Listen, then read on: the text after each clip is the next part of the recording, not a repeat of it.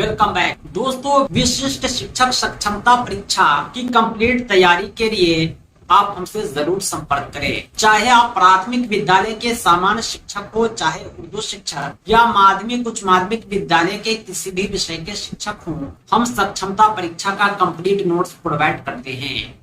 हमारे PDF notes आपके WhatsApp पर और प्रिंटेड बाय पोस्ट आपके द्वारा उपलब्ध कराए गए पते पर भेजे जाते हैं। हमारे नोट्स को प्राप्त करने के लिए संपर्क करें 7631314948 पर। इस नंबर पर आप कॉल भी कर सकते हैं, व्हाट्सएप भी। हम इस सक्षमता परीक्षा की कंप्लीट तैयारी कराते हैं और हमारे नोट्स आपकी सफलता के लिए पर्याप्त हैं। आज की इस वीडियो में हम विशिष्ट शिक्षक सक्षमता परीक्षा के प्रारूप को समझाने के लिए हम नियोजित शिक्षकों की प्रथम विभागीय परीक्षा दक्षता परीक्षा के पिछले प्रश्नों को लेकर के आए हैं। आज की इस वीडियो में हम दक्षता एग्ज़ाम 2023 के प्रश्नों को सॉल्व करेंगे। 2023 में पूछे गए एक एक प्रश्न आज के इस वीडियो में सॉल्व करते हैं। आइए वीडियो की शुरुआत करते हैं। पहला क्वेश्चन है, शिक्षण से संबंधित समस्याओं को हल करने का दायित्व किसका है। शिक्षण जो है यह शिक्षक का काम होता है और शिक्षक और छात्र के बीच की अंतःक्रिया होती है। शिक्षण से संबंधित जो भी समस्याएं आएंगी उसको हल करने का दायित्व केवल और केवल शिक्षक का है। अगला क्वेश्चन है, एक विद्यालय समाज का ही छोटा सा रूप होता है। यह कथन अपनी जगह बिल्कुल सत्य है। 3 नंबर क्वेश्चन है, एक अच्छा नेतृत्व कैसा होता है। एक अच्छा नेतृत्व लीडरशिप प्रजातांत्रिक होता है। स्कूलों में गठित बाल संसद के जल एवं पर्यावरण मंत्री का क्या काम होता है। बाल संसद के जो जल एवं पर्यावरण मंत्री होते हैं उसका काम है स्वच्छ पेयजल एवं फुलवारी का ध्यान रखना। नेक्स्ट क्वेश्चन है, चेतना सत्र में सामान्यतः क्या होता है। चेतना सत्र जो होता है कक्षाएं शुरू होने से पहले उसमें प्रार्थना की जाती है, समाचार वाचन एवं प्रेरक प्रसंग प्रस्तुत किए जाते हैं, व्यायाम भी कराए जाते हैं। यानी उपयुक्त सभी जो है सही जवाब होगा ऑप्शन 4। अब बढ़ते हैं अगले क्वेश्चन की ओर। नेक्स्ट क्वेश्चन है क्वेश्चन नंबर 6, विद्यालय में खेल की घंटी प्रायः होती है। खेल की घंटी जो होता है विद्यालय का अभिन्न अंग होता है। खेल की घंटी आखिरी घंटी में होती है। नेक्स्ट क्वेश्चन है, शिक्षा में सुधार किस प्रकार संभव है। शिक्षा में सुधार के लिए अच्छे से अच्छे शिक्षकों की नियुक्ति द्वारा संभव है। अगला क्वेश्चन है 8 नंबर, ऑपरेशन ब्लैक बोर्ड का संबंध किससे है। ऑपरेशन ब्लैक बोर्ड का संबंध शिक्षा से है। अगला क्वेश्चन है, प्राथमिक कक्षा में शिक्षकों के लिए निम्न में किसका ज्ञान सर्वाधिक आवश्यक है। अगर प्राथमिक कक्षा के बच्चों को आप पढ़ा रहे हैं तो वो बच्चे काफी छोटे हैं, बाल्यावस्था में हैं, और जब बच्चे बाल्यावस्था में होते हैं तो इसके लिए आपको बाल मनोविज्ञान का ज्ञान सर्वाधिक आवश्यक है ताकि आप अपने शिक्षण कार्य का बेहतर प्रदर्शन कर सके। अगला क्वेश्चन है, प्रखंड स्तर पर शिक्षा पदाधिकारी का क्या नाम है। जो प्रखंड स्तर पर शिक्षा पदाधिकारी होते हैं वो प्रखंड शिक्षा पदाधिकारी कहलाते हैं, BEO ब्लॉक एजुकेशन ऑफिसर। अगला क्वेश्चन है 11 नंबर, राज्य के सरकारी प्राथमिक विद्यालय में अंग्रेजी विषय में पढ़ाई किस कक्षा से शुरू होती है। मैंने आपको कक्षा 1 से 8 तक के पुस्तकों से परिचित कराया था। कौन से कक्षा में कौन सी पुस्तक पढ़ाई जाती है उसकी पूरी लिस्ट आपको दी थी। राज्य के सरकारी प्राथमिक विद्यालय में अंग्रेजी की शिक्षा कक्षा 1 से ही शुरू हो जाती है। पुस्तक का नाम है ब्लॉसम पार्ट 1। नेक्स्ट क्वेश्चन है 12 नंबर, विद्यार्थियों को प्रचलित पर्व त्योहार की जानकारी किस विषय के तहत दी जाती है। प्रचलित पर्व त्योहार की जानकारी पर्यावरण अध्ययन में दी जाती है। अगला क्वेश्चन है, एक छात्र कक्षा में अन्य छात्रों को तंग करता है। एक शिक्षक होने के नाते आप क्या करेंगे। अगर कोई छात्र कक्ष में अन्य छात्रों को तंग कर रहा है तो हम सबसे पहले कारण जानेंगे और कारण जानकर उसका समाधान करेंगे। 14 नंबर क्वेश्चन है, स्कूल में आपके किसी शिक्षक साथी द्वारा किए गए गलत व्यवहार की शिकायत आप किससे करेंगे। आपके स्कूल में कोई शिक्षक साथी है, आपके साथी है शिक्षक, वो गलत व्यवहार करते हैं तो उसकी शिकायत आप प्रधानाध्यापक से करेंगे। अगला क्वेश्चन है 15 नंबर, बिहार के सरकारी विद्यालय में पढ़ाई जा रही पुस्तकों में पर्यावरण और हम भाग 1 किस वर्ग से संबंधित है। कक्षा 3 से पर्यावरण की शिक्षा शुरू होती है। पर्यावरण अध्ययन की शिक्षा कक्षा 3 के बच्चे को दी जाती है।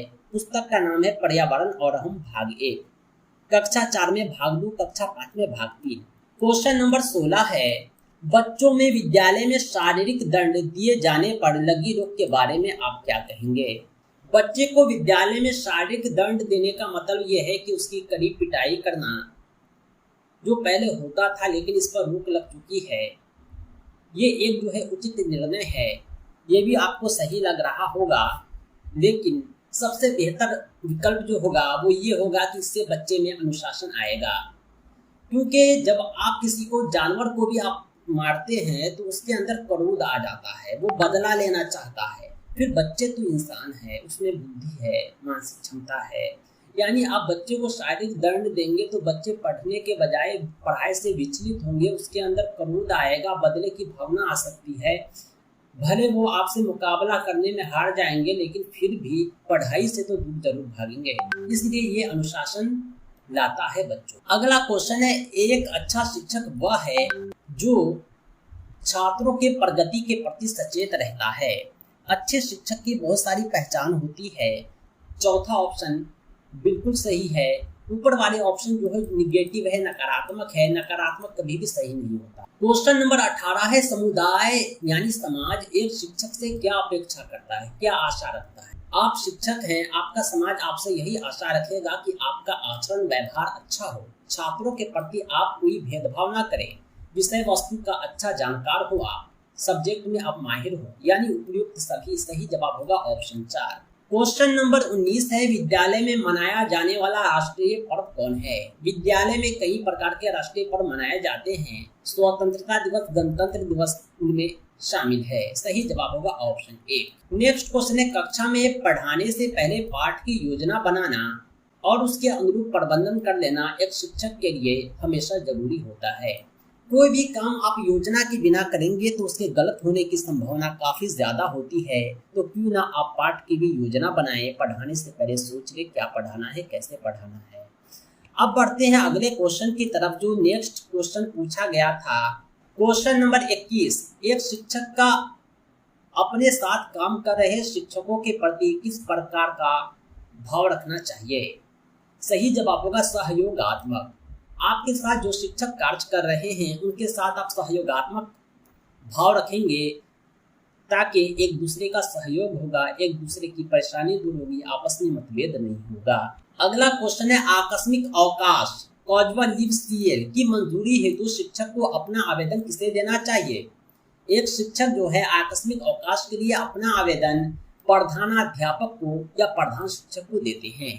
सही जवाब हो जाएगा ऑप्शन 1। अगला क्वेश्चन है 23, अपने प्रारंभिक स्कूलों में विज्ञान विषय की पढ़ाई अलग से किस वर्ग कक्षा में शुरू की जाती है। कक्षा 5 तक के बच्चे को पर्यावरण अध्ययन की शिक्षा दी जाती है। कक्षा 5 के बाद कक्षा 6 से विज्ञान और सामाजिक विज्ञान की शिक्षा दी जाती है। यानी विज्ञान विषय कक्षा 6 के बच्चों को पढ़ाई जाती है। 24 नंबर क्वेश्चन है, शिक्षण एक पारस्परिक क्रिया है। शिक्षण जो है छात्र और शिक्षक के बीच एक पारस्परिक क्रिया है। नेक्स्ट क्वेश्चन है 25, कक्षा में आपके पूछे गए एक कठिन प्रश्न का उत्तर जब कोई विद्यार्थी देता है तो आप क्या करेंगे। आप कक्ष में कठिन प्रश्न पूछ देते हैं, एक बच्चा खड़े होकर उत्तर दे देता है, आप उसे शाबाशी देंगे ताकि उसका हौसला बुलंद हो। अब बढ़ते हैं नेक्स्ट क्वेश्चन की तरफ। क्वेश्चन नंबर 26 है, एक अच्छा पुस्तकालय वह है जहां पुस्तकों का अधिक से अधिक उपयोग हो। 27 नंबर क्वेश्चन है, एक अच्छा शिक्षक साफ सफाई एवं स्वच्छता की ओर भी सजग रहता है, आप क्या सोचेंगे। कोई शिक्षक साफ सफाई और स्वच्छता के प्रति सजग है तो ये एक अच्छी बात है। अगला क्वेश्चन है 28, एक शिक्षक का मुख्य कार्य क्या है। शिक्षक का मुख्य कार्य राजनीति करना नहीं, ट्यूशन पढ़ाना नहीं, स्कूल का भवन बढ़ाना नहीं, बल्कि जो मुख्य कार्य है अच्छे नागरिक तैयार करना है। अगला क्वेश्चन है 29, एक शिक्षक का कक्षा में कमजोर विद्यार्थियों के प्रति कैसा व्यवहार होना चाहिए। आपके कक्षा कक्ष में जो विद्यार्थी कमजोर हैं उनके प्रति आपका विशेष ध्यान होना चाहिए ताकि वो समान विद्यार्थियों के बराबर आ जाए। क्वेश्चन नंबर 30 है, सभी कक्षाओं में चौक डस्टर आदि की व्यवस्था करना बाल संसद के किस मंत्री का कार्य है? सभी कक्षाओं में चौक डस्टर आदि की व्यवस्था करना बाल संसद के शिक्षा मंत्री का कार्य होता है। अब बढ़ते हैं अगले सवाल की तरफ, नेक्स्ट क्वेश्चन की तरफ। क्वेश्चन नंबर 31 है, होश उड़ने का अर्थ क्या होता है? होश उड़ना का अर्थ होता है हैरान होना। नेक्स्ट क्वेश्चन है, मैथिल कोकिल किसे कहा जाता है? मैथिल कोकिल के नाम से विद्यापति जाने जाते हैं। यह मैथिली के बहुत बड़े कवि थे, विद्यापति। सही जवाब होगा ऑप्शन 2। नेक्स्ट क्वेश्चन है, कल्पना चावला का संबंध किस क्षेत्र से है? कल्पना चावला अंतरिक्ष यात्री थी, वो अंतरिक्ष में जाती है, इसका संबंध अंतरिक्ष क्षेत्र से है। सही जवाब होगा ऑप्शन 1। रात्रि यानी रात, इसका विलोम क्या हो जाएगा? इसका विलोम होगा दिवस यानी दिन। अगला क्वेश्चन है, संधि के भेदों की संख्या कितनी है? संधि के 3 भेद होते हैं, स्वर संधि, व्यंजन संधि, विसर्ग संधि। अब बढ़ते हैं अगले क्वेश्चन की तरफ। क्वेश्चन नंबर 36 है, पुस्तकालय का सही संधि विच्छेद क्या होगा? पुस्तक जोड़ आलय पुस्तकालय का सही संधि विच्छेद है। 37 नंबर क्वेश्चन है, मेरे नाना जी नाना प्रकार के खिलौने लाए हैं, उपयुक्त वाक्य में रेखांकित पद का अर्थ है। यहाँ पर जो रेखांकित का अर्थ हो जाएगा विभिन्न। कोई बच्चा बोल रहा है नाना प्रकार के खिलौने, तो आप समझेंगे कि विभिन्न प्रकार के खिलौने। अगला क्वेश्चन है, गद्य का रूप नहीं है। जिस तरह उर्दू में नज़्म नसर होते हैं, इंग्लिश में प्रोज पोएट्री होता है, उसी तरह हिंदी में गद्य पद होता है। कविता को और कविता की तरह की दूसरी लेखन दोहा वगैरह जिसमें लयात्मक हो उसे पद कहते हैं, और जिसमें लय का अभाव हो उसे गद्य कहते हैं। ये सब गद्य है, ये गद्य नहीं है, ये पद है, पद्यांश। सही जवाब होगा ऑप्शन 4। आपके पाठ्य पुस्तक से लिया गया प्रश्न है, खूब लड़ी मर्दानी वो तो झांसी वाली रानी थी। यहाँ झांसी वाली रानी का मतलब है रानी लक्ष्मीबाई। अगला क्वेश्चन है, टेढ़ी नजर से देखना मुहावरे का अर्थ क्या है? टेढ़ी नजर से देखना मुहावरे का अर्थ है गुस्से से देखना। अगला क्वेश्चन है 41, जो झूठ बोलता है उसे क्या कहते हैं? झूठ बोलने वाले को मिथ्यावादी कहते हैं, जो मिथ शब्द से बना है कल्पना झूठ। द्विगु समास का उदाहरण है, त्रिफला द्विगु समास है क्योंकि प्रथम पद त्रि जो है संख्यावाचक है। अगला क्वेश्चन है 43, उपकार का विपरीतार्थक क्या हो जाएगा? उपकार का विपरीतार्थक हो जाएगा अपकार। चांद का कुर्ता आपकी पाठ्य पुस्तक का शीर्षक है, पाठ है, इसके रचनाकार कौन हैं? चांद का कुर्ता शीर्षक कविता के रचनाकार रामधारी सिंह दिनकर है। जगन्नाथ का सही संधि विच्छेद क्या होगा? जगत जोड़ नाथ जगन्नाथ। सही जवाब है ऑप्शन 3। अब बढ़ते हैं अगले क्वेश्चन की तरफ। वर्ग 7 की हिंदी पाठ्य पुस्तक का क्या नाम है? वर्ग 7 की जो हिंदी की पाठ्य पुस्तक है वो किस लय भाग 2 के नाम से आती है? सही जवाब है ऑप्शन 3। मैंने जो आपको पढ़ाया था ठीक वही प्रश्न आ रहा है। 47 नंबर क्वेश्चन है, काल के कितने भेद होते हैं? काल के 3 भेद होते हैं, वर्तमान काल, भूतकाल, भविष्यकाल। नचिकेता पितृभक्त था, पिता के बातों को मानता था। निरक्षर का अर्थ होता है, निरक्षर का अर्थ होता है जो पढ़ा लिखा न हो, अक्षर न जानता हो। क्वेश्चन नंबर 50 है, सूरदास ने कृष्ण के किस अवस्था की चर्चा की है? पाठ्य पुस्तक के आधार पर सूरदास जो है कृष्ण के बाल्यावस्था की चर्चा कर रहे हैं, बचपन की। अगला क्वेश्चन है 51, भाग पर इठलाऊं का कौन सा अर्थ ठीक लगता है? भाग पर नाराज होना, भाग पर गर्व होना, भाग पर विश्वास न करना, इनमें से कोई नहीं।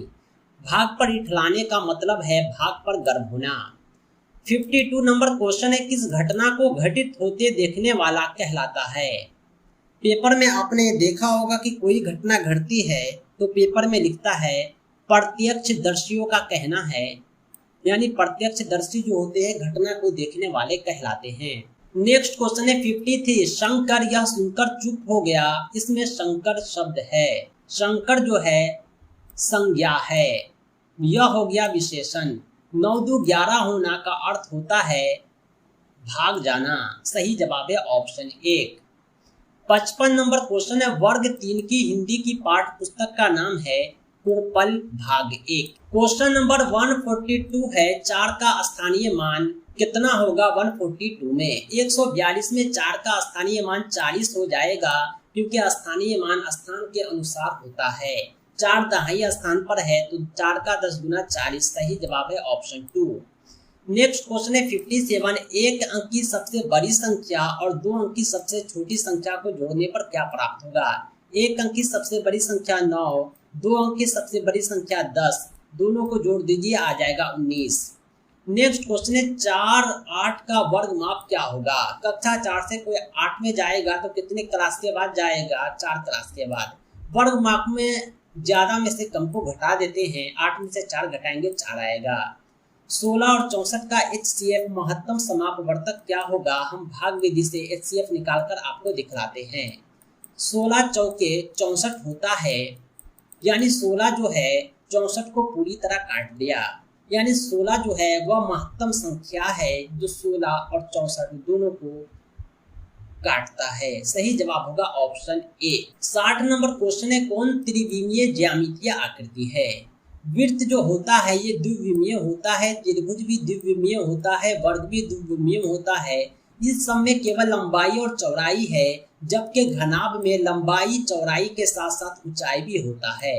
ये जो आकृति हम बना रहे हैं यही है घनाभ। इसमें आप देख पा रहे होंगे लंबाई चौड़ाई ऊंचाई सब है, इसलिए सही जवाब होगा ऑप्शन 2।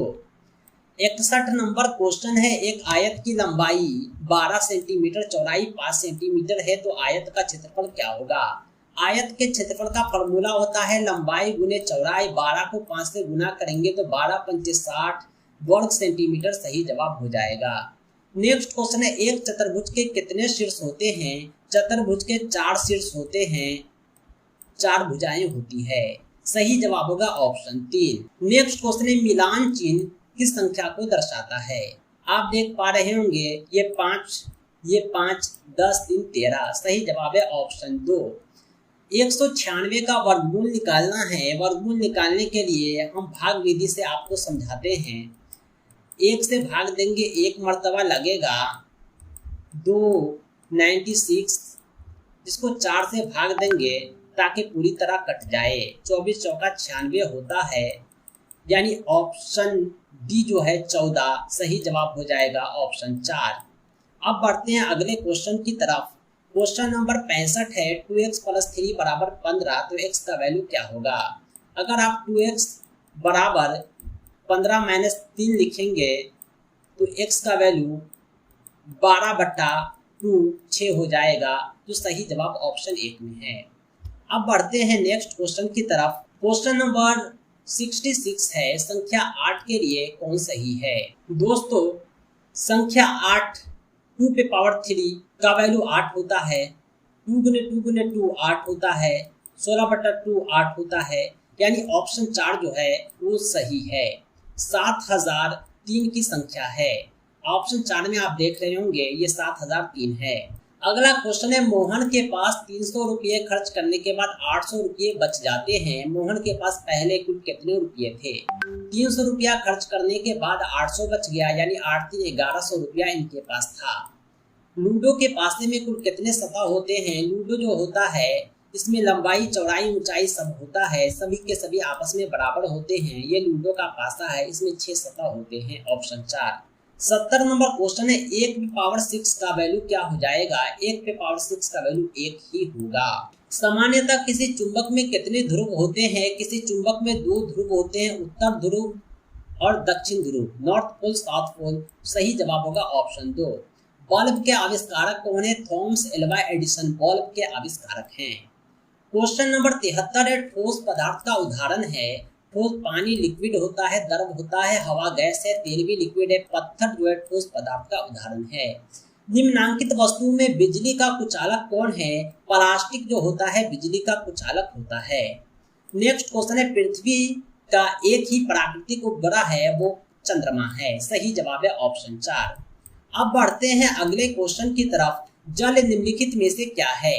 जल जो होता है वह द्रव होता है, लिक्विड होता है। जल वाष्प को जल में बदलने की प्रक्रिया को वाष्पीकरण कहते हैं। इसमें भाप जो है, जल वाष्प जो है, जल बन जाता है। नेक्स्ट क्वेश्चन है, सिरका में क्या पाया जाता है? सिरका में एसिटिक एसिड, एसिटिक अम्ल पाया जाता है। टूथपेस्ट जो है एक क्षार होता है। पीएच वैल्यू इसका 8 होता है। लकड़ी जो है ऊष्मा का कुचालक है। आपने देखा होगा जो रोटी बनाने वाला तवा होता है वो लोहे का होता है, एल्युमिनियम का होता है, स्टील का होता है, लेकिन उसके हैंडल लकड़ी के होते हैं। बहुत सारे औजार जो आग में रखे जाते हैं, गर्म किए जाते हैं, उनके हैंडल लकड़ी के होते हैं ताकि वो ऊष्मा के कुचालक हो। सही जवाब है ऑप्शन 2। नेक्स्ट क्वेश्चन है, इनमें किसका बीज पक्षियों द्वारा बिखरा जाता है? बरगद का बीज जो होता है पक्षी बिखेरते हैं। बच्चा देने वाला जीव कौन है? तो चमगादड़ है। नेक्स्ट क्वेश्चन है, क्वेश्चन नंबर 83, कौन सा जीव रेंग कर चलता है? वह सांप है। पौधे का जो जनन अंग होता है, सेक्स पार्ट होता है, वो फूल होता है। पौधे जल और खनिज का अवशोषण करते हैं जड़ द्वारा। अब बढ़ते हैं नेक्स्ट क्वेश्चन की तरफ। क्वेश्चन नंबर 86 है, वेदों की संख्या कितनी है? वेदों की संख्या 4 है। खुदा बख्श ओरिएंटल पब्लिक लाइब्रेरी बिहार के पटना में अवस्थित है। अगला क्वेश्चन है 88, सम्राट अशोक कहाँ का शासक था? मगध का शासक था। झांसी में 1857 के संग्राम का नेतृत्व किसने किया? रानी लक्ष्मीबाई ने किया। नेक्स्ट क्वेश्चन है, झारखंड किस राज्य से विभाजन के फलस्वरूप बना था? वह है बिहार। सन 2000 ईस्वी में झारखंड अस्तित्व में आया था बिहार से कटकर। क्वेश्चन नंबर 91 है, छोटा नागपुर क्या है? तो पठार है। भारत के पूरब में क्या है? बंगाल की खाड़ी है। नेक्स्ट क्वेश्चन है, विश्व का सबसे बड़ा महादेश कौन है? एशिया। बिहार जो है जन्मस्थली है किसकी? गुरु गोविंद सिंह जी की जो है बिहार जन्मस्थली है। बाकी ऑप्शन में जो साधु हैं, धर्मगुरु हैं, उनकी जन्मस्थली बिहार नहीं है। दोस्तों 95 नंबर क्वेश्चन है, एक्सप्रेस वे नाम है या एक प्रकार का सड़क है या सड़क का नाम है? हाई लेवल की सड़क होती है। नेक्स्ट क्वेश्चन है, गोलघर कहाँ है? पटना में है। विधानसभा के सदस्य को विधायक कहते हैं, लोकसभा के सदस्य को सांसद कहते हैं।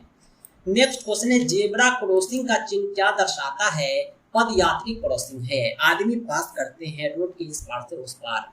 सरहुल त्योहार जो होता है यह झारखंड का त्योहार है। अगला क्वेश्चन है 100 नंबर, शिक्षा विभाग के कार्यों का संचालन करने वाले मंत्री शिक्षा मंत्री कहलाते हैं। तो दोस्तों आज के लिए इतना ही। कंप्लीट तैयारी के लिए विशिष्ट शिक्षक सक्षमता परीक्षा कंप्लीट नोट्स के लिए आप हमसे जरूर संपर्क करें 7631314948 पर।